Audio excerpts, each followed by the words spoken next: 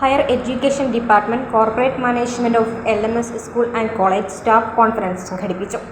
പ്രതിപക്ഷ നേതാവ് VD Satheesan staff conference ഉദ്ഘാടനം ചെയ്തു. ചർച്ച് ഓഫ് സൗത്ത് ഇന്ത്യക്ക് മുൻപുള്ള ക്രൈസ്തവ ചരിത്രം കേരളത്തിലെ പരിശോധിച്ചാൽ തിരുവിതാംകൂറിൽ LMS, മധ്യ കേരളത്തിൽ CMS, മലബാറിൽ ബസേൽ മിഷനുമാണ് മിഷനർമാർ കേരളത്തിൽ വിദ്യാലയങ്ങൾ സ്ഥാപിച്ചു. CSIയുടെ ആ പൂർവ്വ പശ്ചാത്തലം പിന്നീട് ചർച്ച് ഓഫ് സൗത്ത് ഇന്ത്യയായി മാറുമ്പോൾ കേരളത്തിൽ ഏറ്റവും കൂടുതൽ വിദ്യാഭ്യാസ രംഗത്തും ആതുര ശുശ്രൂഷ രംഗത്തും നവോത്ഥാന രംഗത്തും ഏറ്റവും കൂടുതൽ മാറ്റങ്ങൾ ഉണ്ടാക്കി പ്രവർത്തിച്ച മിഷണറിമാരുടെ സംഘങ്ങളാണ് ഇതെല്ലാം. അത് CMS ആണെങ്കിലും ബസേൽ മിഷൻ ആണെങ്കിലും മലബാറിൽ നിരവധി വിദ്യാലയങ്ങളും നിരവധി കലാലയങ്ങളും സ്ഥാപിച്ച പ്രസ്ഥാനമാണ് ബസേൽ മിഷൻ. CMS അതുപോലെ. ഞാൻ കേരളത്തിലെ ക്രൈസ്തവ സഭാചരിത്രം വിദ്യാർത്ഥിയായിരിക്കുമ്പോൾ തന്നെ വളരെ പാഷനേറ്റായി പഠിക്കാൻ ശ്രമിക്കുന്ന ഒരാളാണ്.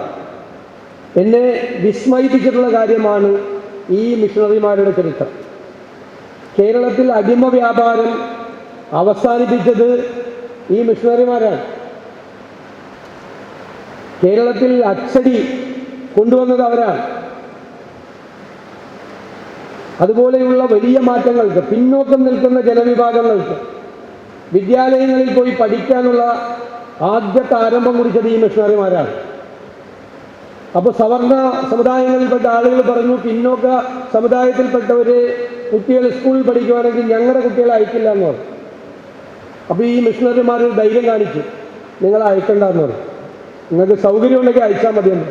ഈ കുട്ടികൾ അവിടെ പഠിച്ചിരിക്കുമെന്ന് പറഞ്ഞു. ഏത് കാലത്താണെന്ന് ആലോചിക്കണം. ഏത് കാലത്താണ്?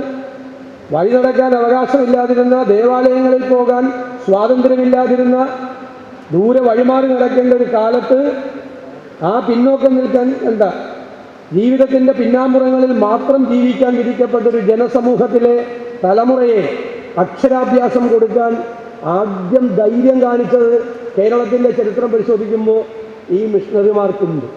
അതുകൊണ്ട് വിദ്യാഭ്യാസ രംഗം, കേരളത്തിലെ വിദ്യാഭ്യാസ രംഗത്തിൻ്റെ അടിത്തറ പാകിയത് LMS ഉൾപ്പെടെയുള്ള അതിന് നേതൃത്വം കൊടുത്ത ഈ മിഷണറിമാർ വലിയ പങ്കാണ് വഹിച്ചിട്ടുള്ളത്.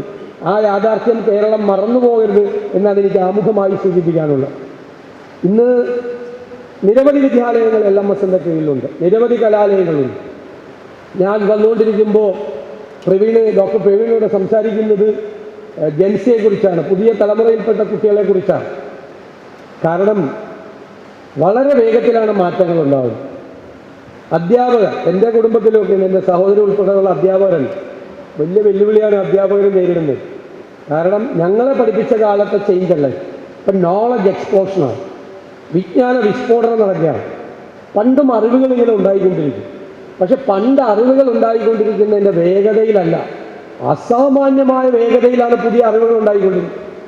എഞ്ചിനീയറിംഗ് കോളേജിൽ പഠിക്കുന്ന ഒരു സ്റ്റുഡൻറ്റ് പഠിച്ചുകൊണ്ടിരിക്കുന്ന വിഷയം പുറത്ത് വരുമ്പോൾ ഔട്ട്ഡേറ്റഡ് ആവുക. അപ്പം നോളജ് അപ്ഡേറ്റ് ചെയ്യുക എന്നതാണ് ഇന്നത്തെ ഏറ്റവും വലിയ വെല്ലുവിളി. അധ്യാപകരും ആ വെല്ലുവിളി നേരിടുന്നുണ്ട്. മാത്രമല്ല, ഞങ്ങളുടെ കാലത്ത് ഒരു പുതിയ അറിവ് കിട്ടണമെങ്കിൽ നമ്മൾ ലൈബ്രറിയിൽ പോയിരിക്കണം, നമ്മൾ എത്രയോ അധ്യാപകരുടെ പുറകിൽ നടക്കണം. കിട്ടിക്കൊള്ളുന്നില്ല. ഇപ്പോൾ information is on their finger tip അല്ലേ? അപ്പം ഞാൻ സംസാരിക്കുമ്പോൾ കുട്ടികളുണ്ടെങ്കിൽ എനിക്ക് പേടിയാണ്. നമ്മുടെ ഒരു ഇയർ തെറ്റിപ്പോയാൽ, അല്ലെ ഓദറിൻ്റെ പേര് തെറ്റിപ്പോയാൽ കുട്ടികൾ അപ്പം തന്നെ നോക്കി തപ്പിയെടുത്തിട്ട് പറയുക അത് തെറ്റിപ്പോയി സാറേ എന്ന് പറയും ഇല്ലേ? അപ്പോൾ അധ്യാപകർ നേരിടുന്നത്, ഞാൻ എൻ്റെ സഹോദരി ഓൺലൈൻ ക്ലാസ് എടുക്കുമ്പോൾ ഭയങ്കര ടെൻഷനാണ്. സാധാരണ ക്ലാസ്സിൽ പോകുന്നതിനേക്കാൾ വലിയ പ്രിപ്പറേഷനാണ്. അപ്പോൾ പറയും, കുട്ടികളെ ഇപ്പോൾ നമ്മൾ പഠിപ്പിക്കുമ്പോൾ വളരെ ശ്രദ്ധിക്കണം.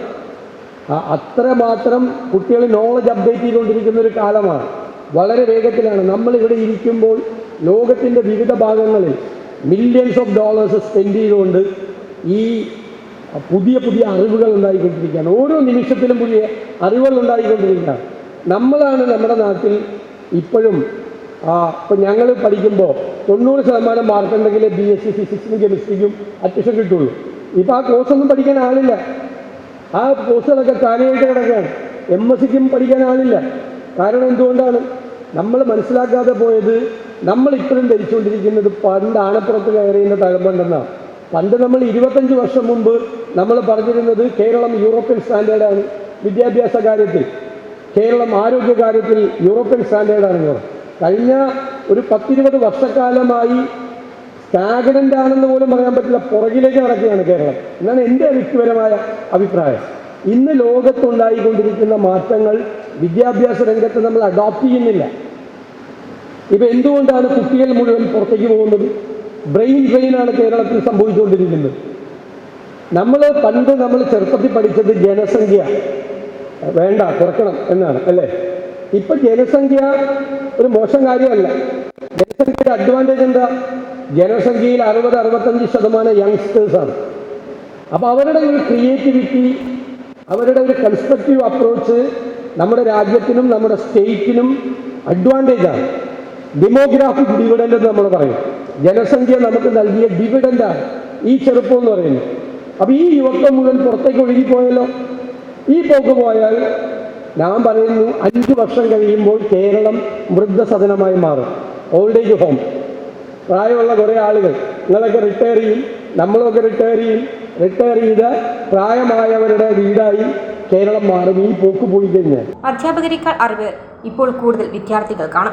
വിദ്യാർത്ഥികൾക്ക് നല്ല രീതിയിൽ വിദ്യാഭ്യാസം ലഭിക്കുന്നുണ്ടെന്നും അദ്ദേഹം പറഞ്ഞു. സ്മ്യാനൂസ്, തിരുവനന്തപുരം.